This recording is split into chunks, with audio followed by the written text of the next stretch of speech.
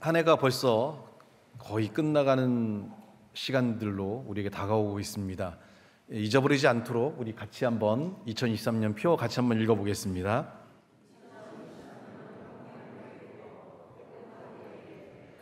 회복하는 삶을 위해서 우리가 가져야 될 삶적인 부분들에 있어서 중요한 것 중에 한 가지는 겸손한 삶입니다. 겸손함은 하나님에 대해서도 또 우리가 만나는 사람들 가운데서도 이 겸손함이 갖는 그런 모습과 능력들이 크기 때문에 우리는 하나님 말씀을 통해 특별히 회복되어져야 될 부분 중에 하나님에 대해서 그리고 사람들에 대해서 겸손할 수 있는 이런 삶의 자세 회복이 더 많은 우리의 영성과 삶을 바꾸는 중요한 역할을 하기 때문에 오늘 저는 겸손이란 제목을 가지고 여러분과 은혜의 말씀을 나누고자 합니다. 먼저 이사야 57장 15절 말씀 같이 함께 한 목소리로 합독하겠습니다.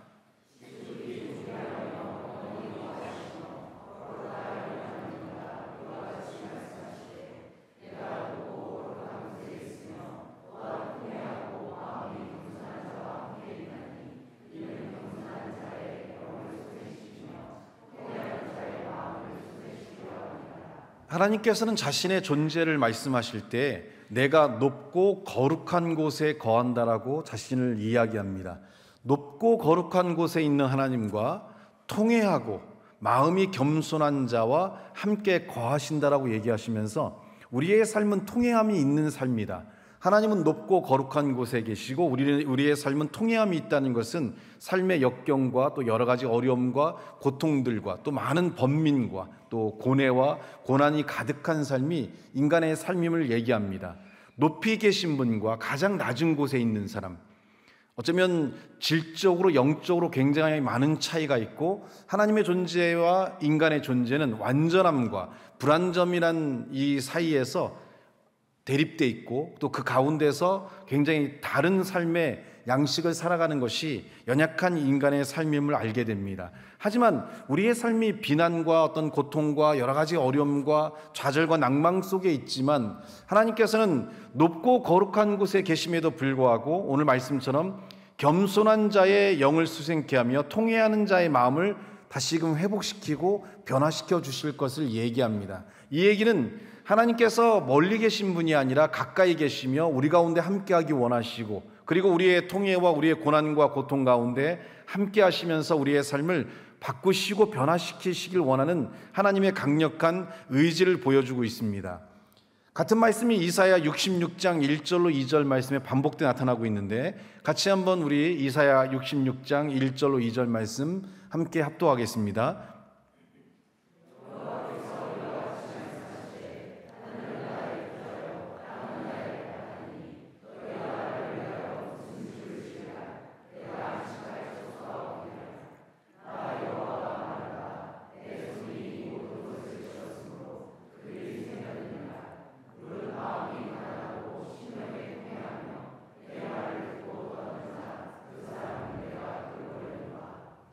하나님께서는 하늘은 나의 보좌며 땅은 나의 발등상과 같다라고 얘기합니다. 그러면서 너희가 나를 위하여 무슨 집을 지을 거라고 얘기합니다.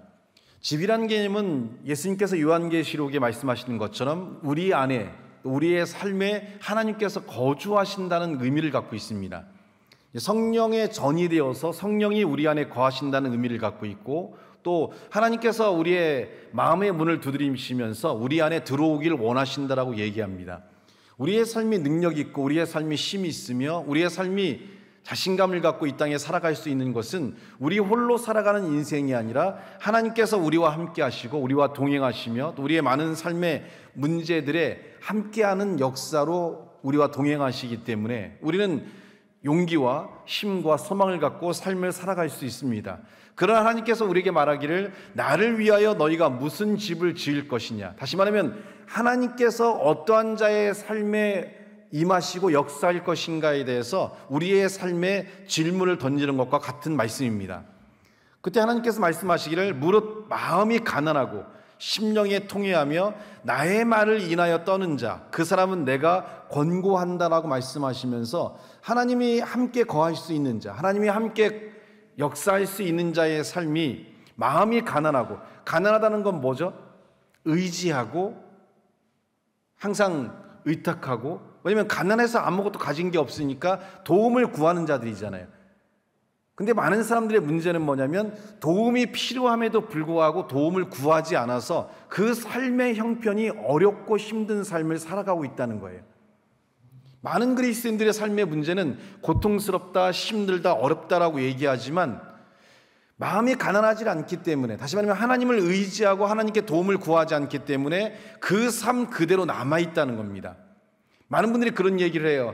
우리 자녀가 큰일 났습니다. 우리 남편이 큰일 났습니다. 우리 부모가 큰일 났습니다. 우리 가정에 이런 어려움이 있습니다. 이런 이야기만 하고 있을 뿐, 마음이 가난하면 도움을 구하고 그 도움을 바라며 우리의 삶에 하나님의 역사를 채울 수 있는 삶으로 나가야 되는데, 걱정만 하고 있고 힘들어만 하고 있을 뿐 하나님을 향해 마음을 열고 구하지 않고 있다는 겁니다. 신앙은 갖고 있되 그 신앙이 삶을 움직이거나 삶을 변화시키거나 삶의 살아있는 역사를 가져오지 못하니까 그 삶은 여전히 고난과 역경과 힘든 삶을 반복할 수밖에 없다는 거죠. 사실은 신앙 삶이라는 것은 매일매일 기쁘고 즐겁고 하나님의 역사를 만나며 살아가는 삶이 신앙의 삶이니까 하루하루가 소망과 기쁨과 은혜가 넘쳐야 되는데, 우리의 삶의 문제는 뭐냐면 그 은혜와 역사가 우리 가운데 함께하지 않고 있기 때문에 여전히 고통스럽고 힘들고 어려운 삶으로 살아갈 수밖에 없다는 겁니다. 여러분의 마음이 가난해지셔야 돼요. 없다는 것을 인정해야 돼요. 한계가 있다는 것을 인정하고 부족하다는 것을 인정하고, 그리고 기꺼이 돕기를 원하시고 기꺼이 우리의 삶에 역사하기 원하신 하나님께 우리의 손을 벌려 기도하며 우리의 손을 뻗어서 우리의 삶을 잡아달라고 이야기해야 됩니다. 그게 안 되면 어떻게 돼요? 여전히 그 삶의 어려움과 고난과 역경 가운데 있을 수밖에 없다는 거예요. 마음이 가난하고 심령에 통회하는 자, 한계를 인정하는 자의 마음속에서는 통회함이 나옵니다. 정말 하나님을 향한 간절한 마음, 정말 하나님을 향한 주어지는 삶에, 근데 우리는 큰 것들이 있는데 작은 것들로 인해서 큰 것들이 무너지는 연약한 삶을 살아가요. 돈 몇 푼 때문에 예수님을 놓치거나, 조금 더 자신이 높은 위치에 오르기 위해 예수님을 놓치거나, 당장 눈에 보이는 어떤 물질, 어떤 권력, 어떤 위치, 어떤 삶에 대한 이런 것들로 인해서 가장 중요한 예수 그리스도를 놓치고 세상적인 것들에 우리의 삶을 집중해서 살아갈 때가 많습니다. 하지만 그 삶은 성경에 기록된 것처럼 모든 것들은 썩어지고 모든 것들은 불타버린다라고 말씀하시는 것처럼, 그것들은 여러분의 삶을 영원히 지속하거나 여러분의 삶에 흔들리지 않는 터전이 되지 않아서 언젠가는 여러분이 붙잡은 그것들이 여러분의 삶을 깊은 수렁 속에, 깊은 절망 속에 빠뜨릴 수 있다는 것을 우리는 기억해야 돼요. 성경은 뭐라고 합니까? 하나님을 붙잡은 자, 하나님으로 그 삶의 의지를 잡은 자들은 어떤 환난과 어떤 연단이 올지라도 흔들리지 않고 무너지지 않고, 또 모든 것이 사라진 곳에서 다시 생명이 만들어지는 놀라운 축복이 있을 수 있음을 성경은 우리에게 얘기하고 있습니다. 우리는 어쩌면 매일매일 우리의 삶의 부족함, 우리의 삶의 연약함을 가지고 하나님께 기도하며 통회하는 마음으로 나가야 돼요. 이 삶이 하나님을 향해 겸손한 자의 삶입니다. 혼자 고민하고 혼자 좌절하고 혼자 아무리 원망한다 하더라도 그 삶은 바뀌지 않아요. 여러분을 바꾸고 여러분을 변화시키고 여러분의 삶에 새롭게 하는 역사를 채울 수 있는 하나님께 여러분의 마음을 열고 그분을 의지하고 그분께 기도하는 삶을 살아가는 것이 우리 가운데 얼마나 더 중요한가를 생각해야 됩니다. 회복되지 아니한 삶은 계속되는 고통과 아픔이 여러분의 삶에 역사되기 때문에 그 삶은 너무나 하루하루의 삶이 힘들어요. 아무리 힘들고 어려운 환경 가운데 있더라도 하나님이 함께하는 자의 삶들은 용기와 희망과 열정이 넘치기 때문에 그 삶은 새로운 변화와 새로운 미래를 만들 수 있는 능력을 가져올 수가 있습니다. 이런 하나님을 향해 우리의 삶의 연약함을 고백하며 그분을 의지하는 이런 겸손한 삶을 살아갈 때 하나님의 역사가 우리의 삶에 놀라운 은혜로 채워질 수 있고, 또한 이 삶은 하나님을 향한 겸손함뿐만 아니라 우리가 살아가는 모든 사람들과 더불어서 이 겸손한 삶을 유지할 수 있어야 됩니다. 신앙이 오래될수록, 우리가 많은 것을 가질수록 더 약하고 더 연약한 자들 돌아보며 우리의 삶을 낮추고 그들을 존중하는 삶을 향해 나아갈 때 우리는 삶에서 예수 그리스도의 온전한 삶을 이룰 수 있고 그 삶이 주는 어떤 희열과 기쁨을 누릴 수 있거든요. 교만한 자들은, 위에 있는 자들은 느끼지 못하는 감정들, 정말 내가 낮아지고 내가 다른 사람들을 위해 섬기고 나를 희생할 때 느껴지는 그 기쁨은 예수 그리스도께서 십자가에서 우리를 위해 생명을 주셨을 때에 고난과 고통이 따랐음에도 불구하고 예수님께서 모든 것을 하나님께 맡긴다는 이 마지막 말을 할 수 있었던 것은 예수님이 모든 걸 줄 때 느꼈던 희열이 있었을 거라고 저는 생각을 합니다. 우리의 삶이 굳어져 있는 이유가 뭐냐면 기뻐할 만한 일들이 없기 때문인데, 물론 물질적인 풍부, 어떤 원하는 것들이 이루어지는 그런 것들은 일시적으로 사라지기 때문에 영원한 기쁨과 영원한 삶의 축복이 넘치는 삶들은 섬길 수 있는 삶에서, 베풀고 돕고 내 것을 나누는 삶에서 예수 그리스도의 길을 따라가면서 주어지는 이 기쁨과 희열은 사라지지 않고 여러분의 삶에 끊임없이 마치 네 마음에서 넘치는 생수와 같이 흘러 넘친다는 말씀처럼 우리 마음에 그런 기쁨과 소망적인 삶들이 넘칠 수가 있습니다. 오늘 우리는 인색하기 때문에 우리가 굳어있고 기쁨이 없어요. 우리는 인색한 삶을 버려서 우리를 낮추고 함께 살아갈 수 있는, 함께 손을 붙잡고 함께 걸어갈 수 있는, 어려운 삶이 있다면 함께 기도하고 그가 힘들다면 내 것을 헐어서 같이 나눌 수 있는 이런 삶들이 우리의 삶에 주어졌을 때 우리는 지금까지 느껴지지 못했던 삶에 대한 희열과 기쁨을 가져올 수가 있다는 겁니다. 빌립보서 2장 8절 말씀에 보면 우리 같이 한번 읽어보겠습니다.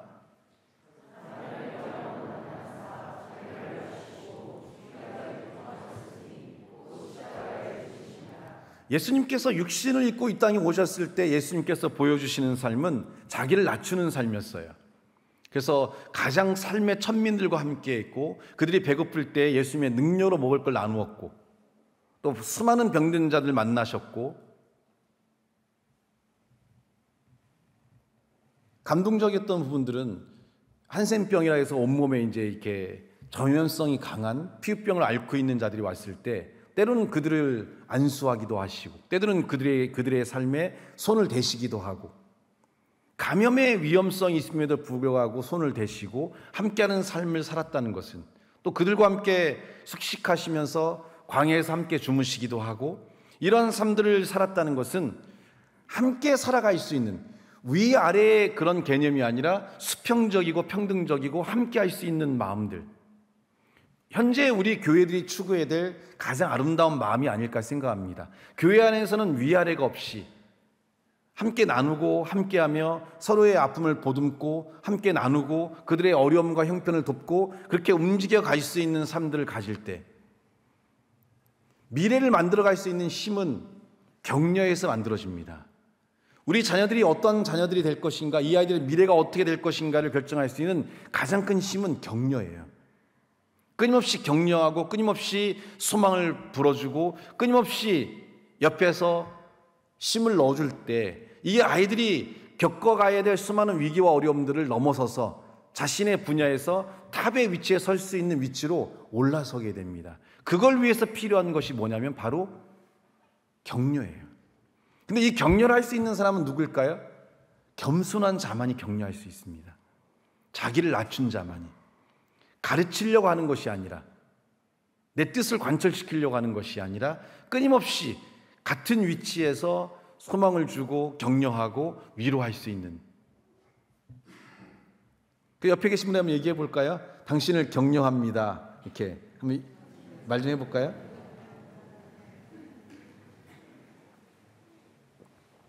누가복음 18장 14절에는 무릇 자기를 높이는 자는 낮아지고 자기를 낮추는 자는 높아지리라 성경은 얘기합니다. 자기를 높이려고 하고 자기가 인정받으려고 하는 사람들은 갈수록 그 사람의 삶들은 낮아져요. 하지만 낮아지고자 하는 자는 스스로 높아지려고 하지 않아도 주변 사람들에 의해서 높아지는 삶을 가질 수 있고, 또 낮아지려고 하는 마음을 갖기 때문에 높아지는 것들의 의미가 없어서 그냥 그렇게 함께 나누며 사는 삶의 기쁨과 소망을 가질 수가 있다는 거예요. 요즘에는 제가 이제 가스 보일러 기술자가 됐어요. 가스 보일러 설치를 했는데 이제 가스통을 넣고 배관을 했는데 이제 안에 에어가 차 있기 때문에 설비를 할 때 에어를 다 빼고 함에도 불구하고 날씨가 갑자기 추워지니까 약간 남았던 에어가 이제 얼어붙으면서 이제 가스가 이제 차단이 되니까 이제 에러가 떠요. 이 시비가 되고, 날씨가 추운데 이제 이렇게 뭐 간혹 맷집에서 그런 현상이 생길 수 있거든요. 근데 그때 누굴 불러요? 주말인데. AS가 안 되잖아요. 그럼 일단 떠오르는 사람 누구예요? 나한테 전화할 수밖에 없죠. 근데 굉장히 이제 바로 전화하면 좋은데 이제 조심스럽게 전화를 해야 되잖아요. 목사님이니까 카톡을 보내. 일단은 목사님 이런 게 뜨는데 그 보일러 설비업자와 어떻게 통화할 수 있습니까? 하지만 주말에 누가 와요? 아무리 뭐 백을 써도 아무도 안 와요. 그래서 이제 만만한 게 공우진 집사님이라고 전화해서 같이 가서 이제 에어를 좀 빼드리고, 그래서 저도 처음 배웠어요. 아, 이렇게 에어를 빼는구나. 이제 처음 배웠거든요. 이제 앞으로 집에 보일러 고장나면 주말에는 AS 안 오잖아요. 절 부르시면 돼요. 에어 제가 잘 빼드릴 수 있습니다. 오늘 아침에도 이제 제설을 하고 나왔는데 또 한 집에서 또 에러가 떠서 춥잖아요, 날씨가. 근데 굉장히 이제 저한테 직접 얘기한 건 아니고 이제 뭐 전화번호를 물어보시려고 교회 사무실 전사님한테 얘기하셨는데, 전사님이 저한테 얘기하셔서 바로 전화하고 제가 올라가서 에어 쫙 빼드리고 그리고 이제 가동되는 거 보고 올라왔거든요. 세상에 이제 하다 목사가 이제 가스 에어까지 빼요. 근데 그건 당연한 거예요. 왜냐면 아는 사람이 저밖에 없으니까. 저하고 공의사님 밖에는 모르니까요. 설비할 때 같이 도와서 했기 때문에. 그러면 누구라도 어렵고 힘든 일이 있으면 가서 돕고, 그럼 공의사님 뭐라고 해요? 저한테 목사님 왜 오십니까? 내가 있으니까 내가 할게요. 하지만 그래도 옆에서 별건 없어도 말이라도 가서, 제가 하는 일 없거든요. 그러니까 말이라도 아유 잘 나오네 뭐 이렇게 뭐 하면 되니까 같이 움직여지는 게 필요한 거죠. 목사는 허울이 뭐가 필요합니까? 아무 의미가 없어요. 아버지란 허울도 필요가 없어요. 저희 아버님께서 요즘에 저한테 가장 많이 하시는 말씀이 미안하다예요. 그러니까 아버지인데 당신의 딸이 아프니까 당신이 뭔가를 해주고 싶은데 나이가 이제 90세가 넘으셔서 이미 100세에 가까우시니까 할 수 없으시잖아요. 그래서 기도만 한다라고 말씀하고, 그 모든 것들은 이제 뭐 의사와 상담해서 수술한 일정이나 모든 것들은 제가 감당하고 제가 쫓아다녀야 되니까 아버지 입장에서 미안하다는 말씀을 하세요. 그래서 제가 그런 말 하지 마시라고. 형제이니까 누구라도 할 수 있는 거고, 형제를 떠나서라도 교회 목사님이니까 당연히 그것은 해야 될 부분들이니까 걱정하지 마시고 꼭 낫게 해서 다시 아버지 앞에 건강한 모습으로 갈 수 있도록 하겠다라고 이제 말씀을 드렸는데, 항상 그런 말씀하세요. 미안하다. 저한테 전화하실 때마다 미안하다. 아버지의 위치를 내려놓으신 거죠. 자식한테 미안하다는 말하기는 쉽진 않잖아요. 우리의 삶은 예수님을 통해서 배웠고, 예수님께 나오는 많은 아이들을 막았을 때 이 아이와 같지 않고는 천국에 갈 수 없다고 얘기하시면서 그 아이들을 불러서 품으시고 축사하시고 축복하시고 돌려보내신 예수님의 모습처럼 우리의 삶이 이렇게 스스로를 막아서 제한하는 것들을 없게 해야 돼요. 누구라도 여러분에게 올 수 있는, 이 세상에서의 가장 따뜻한 품은 바로 그리스도인의 품이고 바로 여러분들의 품이 돼야 돼요. 가족들이 여러분의 품 안에, 세상에 많은 사람들이 힘들고 지친 사람들이 여러분의 품 안에, 직장에서 많은 사람이 어려울 때 여러분을 의지해서 그 삶을 이겨낼 수 있도록. 옆에 있는 사람 복근을 하면서 얘기할까요? 내가 제일 따뜻하니 나한테 항상 와라고 한번 해봅시다.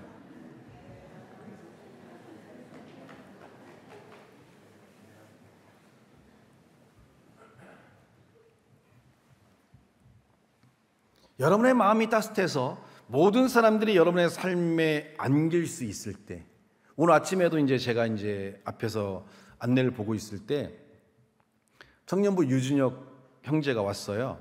그러면서 이제 오자마자 제가 이제 시험은 잘 보냐라고 했더니 그냥 바로 저를 끌어안는 거예요. 열심히 하고 있는데 결과는 어떨지 모르겠다. 여튼 뭐 A뿔 안 나오면 맞는 건 사실이니까 올 A뿔 아니면 맞는 거다.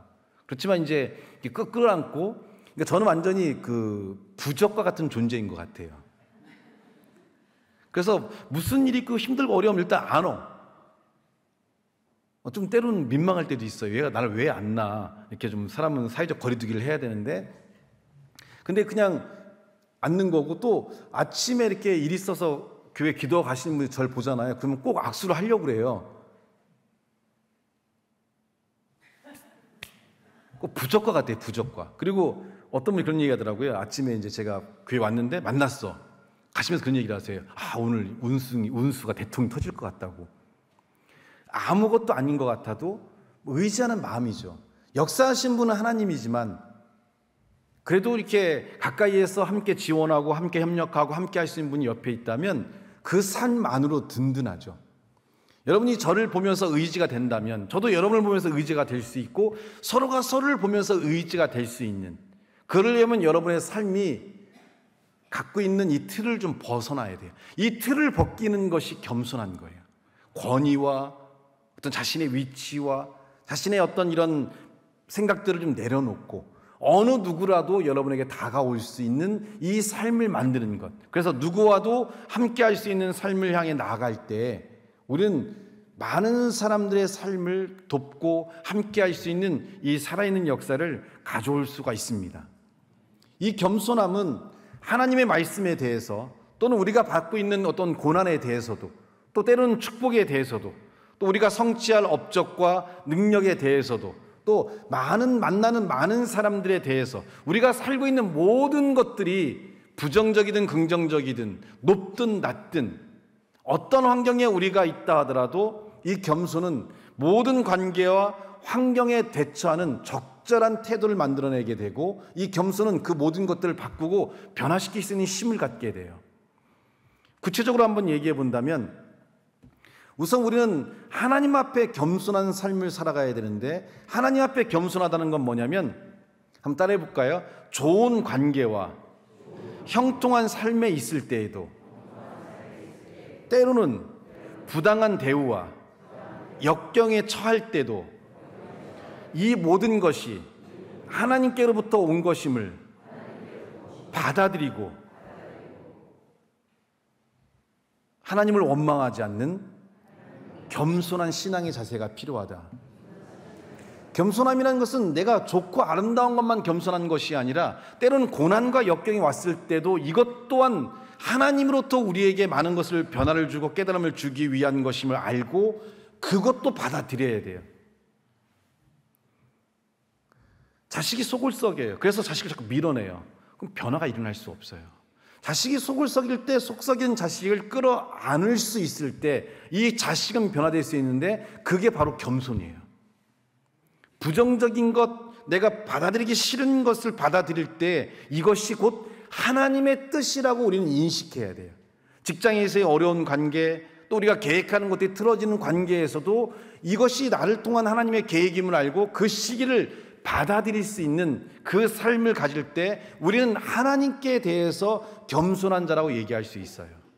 잘 되고 은혜가 넘칠 때 하나님 감사합니다. 하나님의 모든 것이 하나님의 은혜입니다라고 겸손한 자세를 취하는 것이 아니라 힘들고 어려운 삶에 있을 때도 이 모든 것들이 하나님으로부터 나에게 주어지는 도구이자 나를 바꾸고 변화시킬 수 있는 삶으로 인정하고 받아들일 수 있는 이 삶의 자세가 우리 가운데 있음을 알아야 됩니다. 그래서 우리의 생각과 부딪히는 하나님의 말씀이 선포될 때에 비록 그 하나님 말씀이 내 생각과 맞지 않고 내 생각과 충돌이 되는 상황에서도 우리는 하나님 말씀을 받아들이고 신뢰하고 그 말씀대로 살아가려는 움직임들이 필요하다는 겁니다. 그때 우리는 변화가 될 수 있고, 그래서 베드로전서 5장 6절 말씀 한번 보여주시겠어요? 같이 한번 읽어보겠습니다.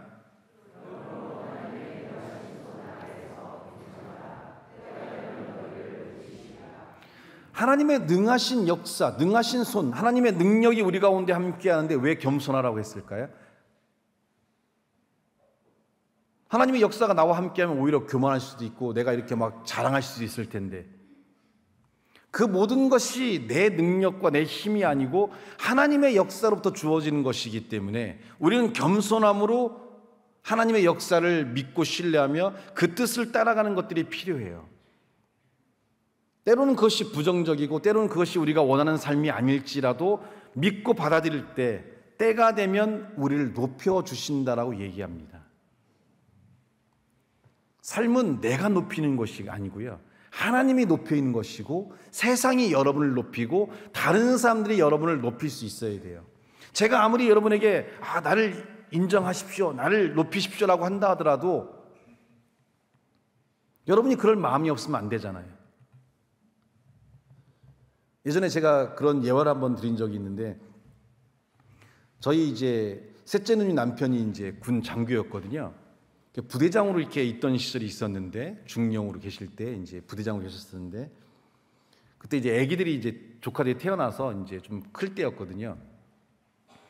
그래서 이제 부대에 있으니까 맨날 얘는 이제 뭐 총 들고 막 총싸움하고 막 유격하는 거 보니까 막 수탄 던지고 막 맨날 보면 충성충성하고 다니고, 이제 남자애가 어느 날 얘가 집에 들어와서 아빠가 딱 퇴근하니까 아빠한테 탁 쓰더니 거스름이 하는 거예요. 충성하는 거예요.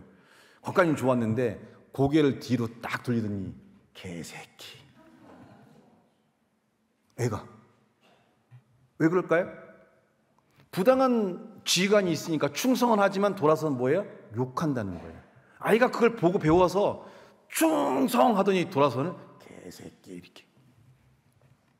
겸손, 존중함이 있을까요? 그 상대방에 대한 권위가 있다고 해서 마음이 움직이지 않는 권위는 권위가 아닙니다. 사람이 사람을 움직일 때는 말의 능력이 있어야 된다고 하는데, 우리가 누군가의 말을 했을 때 그 상대방이 그 말대로 움직여주는 것은 여러분은 이미 그 사람에게 존중을 받고 있는 존재예요. 근데 그 우리가 말을 했는데 안 돼요, 어려워요 라고 한다는 얘기는 우리는 그 사람에게 존중받지를 못하는 거예요. 그럼 가만히 가족에게 생각해 보십시오. 가족 가운데 많은 부탁을 하잖아요. 잘 따라줘요, 안 따라줘요? 김학익 사님 잘 따라줘요, 안 따라줘요? 가족들이 착각 아니야? 진짜요? 이준희 사님 잘 따라요, 애들이? 아빠 말하면? 맞기 싫어 그런 거 아니에요? 박경희 사님 잘 따라요? 반반. 그 반은 아는 상이죠. 안 따르고, 애들은 잘 따르고. 가족 간에서 이렇게 뭔가를 얘기했을 때 잘 따른다는 것은 내가 그동안 그 상대방에게 겸손함으로 존중하고 나를 낮추면서 섬긴 삶을 가진 자는 상대방이 내가 하는 말을 그대로 할 수밖에 없는 동일한 섬김의 삶을 만들어낼 수가 있어요. 내가 권위적이고 압박이 되면 상대방도 내 이야기들을 받아들이지 않고 권위적인 삶이 될 수 있는 거고요. 평상시 우리가 어떤 삶을 살았냐는 우리 주변 사람들에게 부탁해 보면 돼요. 이제 월요일날 직장에 가셔서 여러분이 어떤 삶인가 알아보고 싶을 때는 부탁을 해봐요. 상대방이 기쁜 마음으로 과장님 말씀만 하시면 언제든지 저는 오케이입니다 라고 하는 사람이 있는지, 아니면 얼굴이 순간적으로 굳어지면서 예, 알겠습니다, 그렇게 하겠습니다 하는 사람이 있는지. 아주 쉬운 거예요. 오늘 제가 여러분을 얼마만큼 존경하고 사랑하는지는 일단 가면서 부탁해 보세요. 표정이 굳어지고 돌아가면서 이렇게 하는지, 아니면 정말 기쁜 얼굴로 하는지.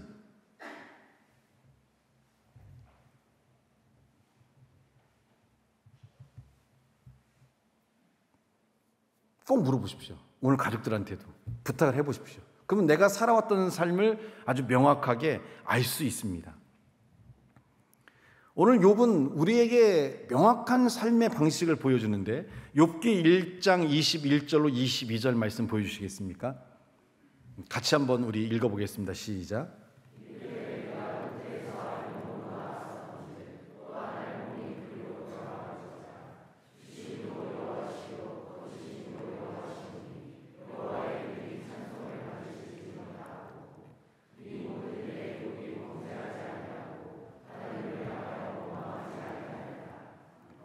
내가 어머니의 뱃 속에서 나올 때 아무것도 가지고 온 것이 없이 그냥 이 몸 그대로 나왔단 말이에요.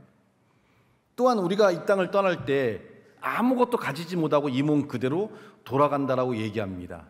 그러므로 욥은 뭐라고 하냐면, 주신 것도 여호와지만 여호와께도 취하신다 하더라도 주신 것도 취하신 거 다 내 건 없다는 거죠. 그렇잖아요. 우리가 이 땅에 태어날 때 아무것도 없이 태어났어요.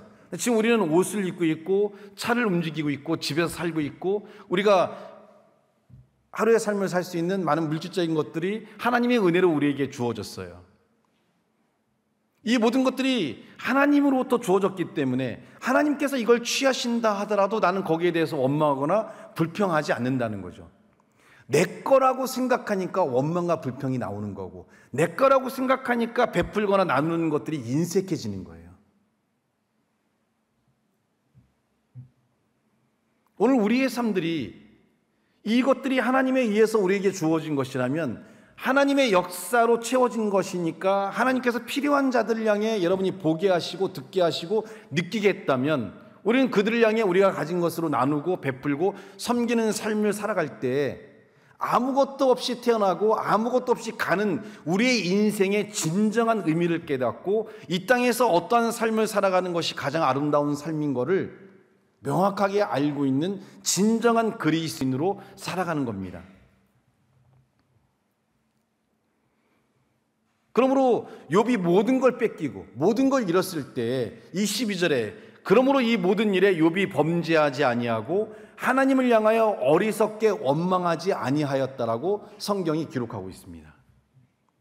욥은 이 모든 일에 범죄하지 않았고 어리석게 원망하지 않았다. 욥의 삶의 포지션은 뭐였냐면 내 거는 아무것도 없다는 거죠. 이 모든 것들이 우리에게 주신 건강도, 우리에게 주신 물질도, 우리에게 주신 자녀도, 우리에게 주신 모든 것들이 하나님의 역사로 인하여 우리에게 채워졌기 때문에 있든지 없든지, 고난이 있든지 없든지, 축복이 있든지 없든지, 어떤 환경과 어떤 삶을 살아갈 때에도 그는 기쁨과 소망으로 살아갈 수 있는 삶의 비결을 배웠다는 거죠. 이것이 우리에게 필요해요. 바울도 마찬가지죠. 많은 걸 가질 때도 있었지만 아무것도 없을 때도 있고, 존중받을 때도 있었지만 천대받을 때도 있었지만 그 모든 것들을 내가 받아들이고 살아갈 수 있는 일체의 비결을 배웠다라고 얘기합니다. 그것을 곧 뭐라고 했어요? 딱 두 글자를 얘기했죠. 자족하는 마음, 스스로 족하는 마음, 욥과 같은 마음이죠. 오늘 우리에게 주신 모든 것들에 감사하고, 그래서 오늘 우리는 1년의 삶을 회복으로 살아오면서 이제 12월이 되었을 때 여러분의 입술에는 회복이 되어진다면 어떤 고백들이 많을까요? 감사함에 대한 고백들이 많을 것 같아요. 하루하루의 삶에 대한 감사, 오늘 내가 먹을 수 있는 것에 대한 감사. 그래서 어떤 기도보다도 가장 강력하고 은혜가 넘치는 기도는 식기도예요. 밥을 먹을 때 하는 기도. 먹을 수 있는 것이 있음에 감사한 거고요. 이걸 먹을 수 있도록 건강을 주셔서 감사하고요. 또 밥 먹을 수 있는 시간도 주셔서 감사한 거고요. 제가 아는 분들은 밥 먹을 시간도 없어요. 그래서 일단은 장사를 하니까 하고 그 잠깐 중간에 막 급하게 서서 밥을 먹습니다.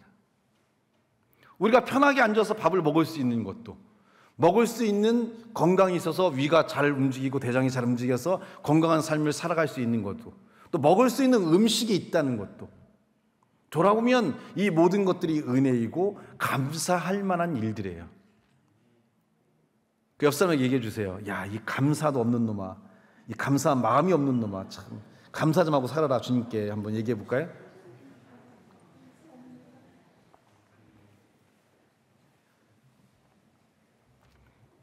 그래서 저는 매일매일 하루를 시작하면서 저녁 끝날 때까지 웃음이 그치지 않고 기쁨과 소망이 넘치는 삶을 살아갈 수 있는 게 감사함이 넘쳐서 그래요. 감사할 일밖에 없죠, 사실은. 건강하고 이렇게 맛있는 거 먹을 수 있는 건강도 주셨고, 또 쓸 수 있는 돈도 있고, 좋은 사람들과 함께 좋은 얘기도 할 수 있고, 그리고 저 같은 사람은 도울 수 있는 것에 대한 기쁨을 갖고 있거든요. 오늘 아침에 보일러가 안 됐는데 여러분 생각할 때는 짜증나게 그거 가서 아니 얼마나 그렇게 기쁜데 움직여 봐야 돼요. 안 움직이니까 짜증나고 막 승질나는 거죠. 남을 돕고 베풀어서 오는 기쁨들 여러분이 채우기 시작하잖아요. 뭐 도울 일이 없나 막 이렇게 눈에 보여요. 얼마나 우리가 잘못된 삶을 사냐면 우리가 앞에서 커피를 먹잖아요. 커피를 먹다가 누군가 부딪히거나 아니면 이렇게 들고 가다가 흘릴 수 있잖아요. 흘린 거 봤어. 그럼 누가 치워야 돼? 흘린 사람이 치워야 되잖아요. 안 치워요. 그걸 보고도 안 치우고 갈 정도로 굳어있고 인색함에도 불구하고. 그러면 그런 사람들이 집에서 있으면 어떻게 될까요? 지옥 같은 거죠. 근데 그걸 나는 커피를 먹지 않았는데 그걸 놓고 가니까 뒤에 따라가면서 휴지 뜯어다가 또 그걸 닦는 사람이 있어요. 이 사람이 있는 공간은 어떤 공간이 될까요? 정말 행복하겠죠.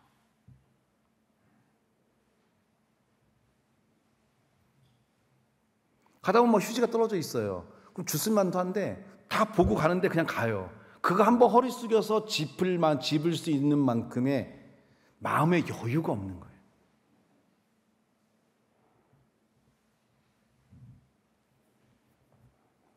그만큼 우리의 삶이 굳어 있어요.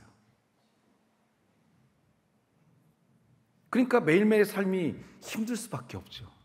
삶이 주는 기쁨은 함께 살아갈 때, 함께 나눌 때, 이때 사람은 가장 만족한 거거든요. 예수님께서 이 땅에 살아가실 때 힘들고 어려운 삶을 살았다고 하지만 제 개인적인 생각으로는 예수님께서는 참 행복하셨겠다. 많은 사람과 더불어서 3년 6개월이라는 시간 동안을 얼마나 행복하셨을까. 왜냐하면 줄 수 있는 자이기 때문에. 우리가 좀 더 성숙해서 줄 수 있는 마음을 가질 때 얼마나 행복할까요? 우리 딸이 그런 얘기를 많이 해요. 아유, 뭐 아빠는 나도 돈 버는데 자꾸 이런 것까지 사주려고 그러고 채워주려고. 왜 그래? 아빠니까 그러죠. 자녀에게 뭔가를 줄 때에 얼마나 행복해요. 그래서 자녀들은 범죄행위를 하잖아요. 집에서 시골 가면 어떻게 돼요? 뭐 쌀도 주고 막 채소도 막 밭에 뜯어 주고 막 김치 담아 주잖아요. 그럼 뭐 차 타고 오는 동안 다 김치국물 흐르고 냄새 나니까 막 짜증 내잖아요. 그리고 어떻게 해요? 바로 그거를 아파트에다 다 버려버려요. 그냥 밖에다가 쓰레기통에다가. 그걸 치우시는 우리 환경미화원들이 마음에 큰 힘들고 어렵다고 그래요. 부모는 그거 하나라도 자식한테 뭐 먹이고 싶어서 입히고 싶어서 그게 부모의 마음인데 자녀들은 뭐 된장 이런 거 담아주면 갖다 다 그냥 통째로 버려버린대. 우리 교회나 주지. 여러분 부모가 주시잖아요. 버리지 말고 교회 오셔서 기쁜 마음으로 이렇게 하시면 돼. 부모 줬다 하지 말고 교회에 기부합니다. 여기는 저도 부족해. 줄 데가 너무 많아서. 여기다 갖다 줘요. 버리지 말고. 옥수수 뜯어주면 왜 그걸 이따가 막 곰팡이 쓴 다음에 버려요? 주세 일로. 쪄먹든 말려서 그걸 뻥튀기 해먹든 여기서는 거기다 설탕 발라서 뭐 구워 먹든 아니면 뭐 김에서 튀겨 먹든 어떻게든 먹을 테니까. 그게 우리의 마음이에요.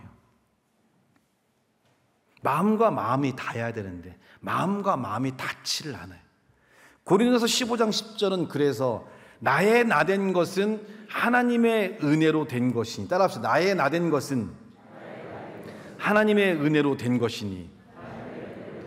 이 모든 삶에서 이 고백이 우리의 매일의 고백이 되어야 돼요. 오늘 하루에 시작할 때 나의 나된 것은 이 모든 것이 하나님의 은혜로 말미암음이니.